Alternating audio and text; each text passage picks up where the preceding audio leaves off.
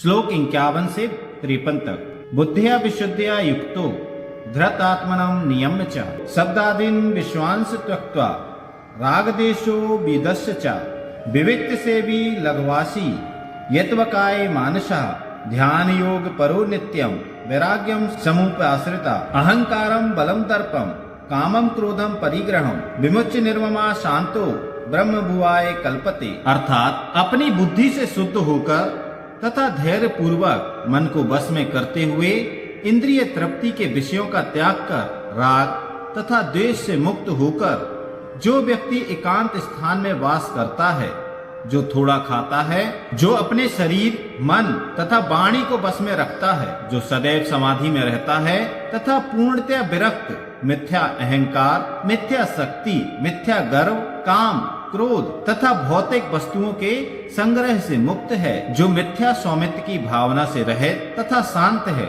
वह निश्चित ही आत्म साक्षात्कार के पद को प्राप्त होता है। तात्पर्य, जो मनुष्य बुद्धि द्वारा शुद्ध हो जाता है वह अपने आप को सत्य गुण में अधिष्ठित कर लेता है। इस प्रकार वह मन को बस में करके सदैव समाधि में रहता है। वह इंद्रिय तृप्ति के विषयों के प्रति आसक्त नहीं रहता और अपने कार्यों में राग तथा द्वेष से मुक्त होता है। ऐसा विरक्त व्यक्ति स्वभावतः एकांत स्थान में रहना पसंद करता है।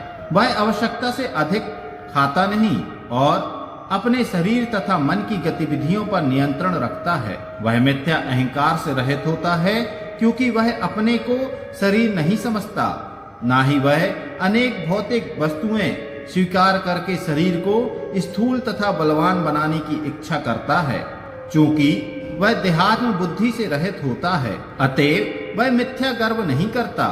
भगवत कृपा से उसे जितना कुछ प्राप्त हो जाता है उसी से वह संतुष्ट रहता है और इंद्रिय तृप्ति ना होने पर कभी क्रुद्ध नहीं होता, ना ही वह इंद्रिय विषयों को प्राप्त करने के लिए प्रयास करता है। इस प्रकार जब वह मिथ्या अहंकार से पूर्णतया मुक्त हो जाता है, भगवत कृपा से उसे जितना कुछ प्राप्त हो जाता है उसी से वह संतुष्ट रहता है और इंद्रिय तृप्ति ना होने पर कभी क्रुद्ध नहीं होता, ना ही वह इंद्रिय विषयों को प्राप्त करने के लिए प्रयास करता है।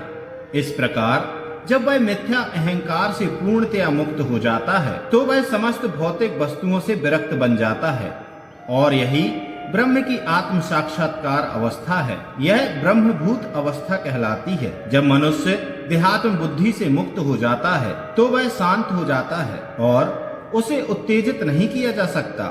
इसका वर्णन भगवत गीता के दूसरे अध्याय श्लोक 70 में इस प्रकार हुआ है। अपूर्यमाणं चल्पतिष्ठं समुद्रमापा प्रविशन्ति यद्वत् तद्वत् कामा यम प्रविशन्ति सर्वे सा शांति मापनोति ना काम कामी। जो मनुष्य इच्छाओं के अनवरत प्रभाव से विचलित नहीं होता, जिस प्रकार नदियों के जल के निरंतर प्रवेश करते रहने और सदा भरते रहने पर भी समुद्र शांत रहता है, उसी तरह केवल वही शांति प्राप्त कर सकता है, वह नहीं जो ऐसी इच्छाओं की तुष्टि के लिए निरंतर उद्योग करता रहता है।